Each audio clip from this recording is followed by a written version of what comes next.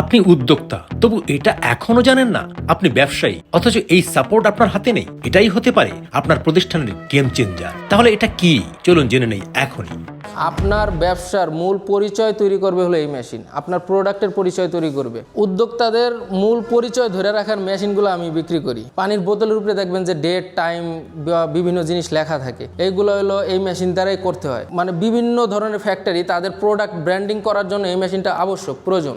এটা দিয়া SS, MS, তামাক, কাঁসা, লোহা, স্বর্ণ এগুলির ভিতরে যে কোনো মার্কিং করতে পারবে। তো আমার ইউটিউবে ভিডিও ছাড়া ছিল, একটা কাস্টমার এসে ইনস্ট্যান্ট মেশিনটা নিয়ে যায়, মোটা অঙ্কের একটা টাকা ইনকাম করি। তো ইউটিউবে ভিডিও ছাড়ার পরে আমি একটা মেশিন বিক্রি করার পর মোটা অঙ্কের একটা টাকা যখন পাই, তখনই আমার মাথার ভিতরে আসে যে আমার ব্যবসা করতে হবে, বা চাকরি থেকে অনীহা সৃষ্টি হয়ে যায়। তাও নিজের মেশিন না, আরেকজনের মেশিন বিক্রি করে আমার এই প্রফিটটা হয়। তখন থেকে আমি দেখা যায় যে চাকরির প্রতি অনীহা, ব্যবসা বাণিজ্যর দিকে ঝুঁকলাম। চায়না থেকে ইম্পোর্ট করে বাংলাদেশের বিভিন্ন ব্যবসায়ীদের কাছে সাপ্লাই দিই। আমাদের কাছ থেকে যারা কিনে তাদেরকে আমরা 1 বছরের ওয়ারেন্টি দিই। তাদেরকে সকল প্রকার কাজ, এইটার যত প্রকার সফটওয়্যারিং কাজগুলো আছে আমরা তাদেরকে বুঝিয়ে দিই। একজন একটা নতুন প্রোডাক্ট বানাইলো, হ্যান্ডেল বানাইলো, হ্যাজবেল বানাইলো, বা সে যে কোনো একটা প্রোডাক্ট বানাইলো, সেই প্রোডাক্টের উপরে তার কোম্পানির কিন্তু একটা ব্র্যান্ডিং তার দরকার আছে। তার প্রোডাক্টটাকে অন্য লেভেলে বা ব্র্যান্ডিং পর্যায়ে নিয়ে যেতে চায়, তখন সেই ক্ষেত্রে এই মেশিনটা দ্বারা তারা ওই প্রোডাক্টের উপরে তার কোম্পানির লোগো ব্র্যান্ডিংটা করতে পারবে। যে কোনো ব্র্যান্ডিং, এটা হলো গোল্ডের উপরে বিভিন্ন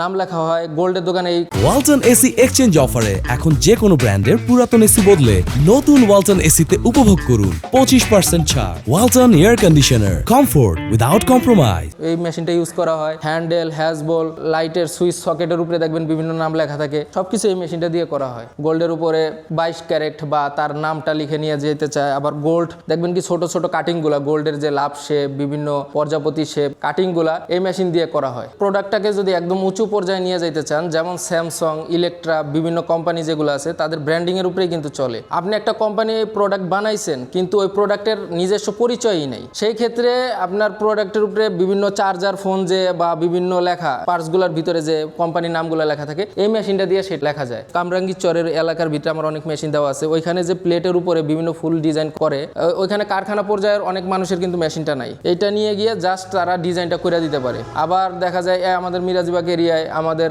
বিভিন্ন হ্যান্ডেল, হ্যাজবল, হাতলের উপরে বিভিন্ন ফুল ডিজাইন করা হয়। সেই ক্ষেত্রেও মানুষ মেশিন কিনে তাদেরকে কাজটা করে দিতেছে। আমাদের থেকে তো আরো বড় বড় কোম্পানি আছে। কি কারণে এদের সাথে পাল্লা দিতে পারতেছি? আমরা সার্ভিসিং এর কারণে পাল্লাটা দিতে পারতেছি। যে কোনো কোম্পানি মেশিন একটা নিবে, ধরেন 2.5 লাখ টাকা দিয়ে, আমাদের মতো যারা মধ্যম পর্যায়ে ব্যবসায়ী তাদের কাছে কিন্তু 2.5 লাখ থেকে 3 লাখ টাকা অনেক বড় একটা জিনিস। মেশিন একটা নিল কিন্তু সে সার্ভিসটা পাইলো না। আমরা এই মেশিনের সকল প্রকার পার্টস রেডি স্টকে রাখি। কাস্টমার বলার সাথে সাথে আমাদের লোক রেডি থাকে। দেখা যায় 1-2 দিন একটু লেট হয়, পরবর্তীতে কাস্টমারের সমাধান আমরা করে দিই। লোকাল যে ছোটোখাটো কোম্পানিগুলো আছে তারা কি করে, প্রোডাক্টের উপরে বিভিন্ন ধরনের স্টিকার, ভিনাইল স্টিকার মারে। সেগুলো কি হয়, বৃষ্টিতে বা আপনার যে কোনো কেউ ঘষা দিলে এটা উঠে যাওয়ার একটা সম্ভাবনা আছে।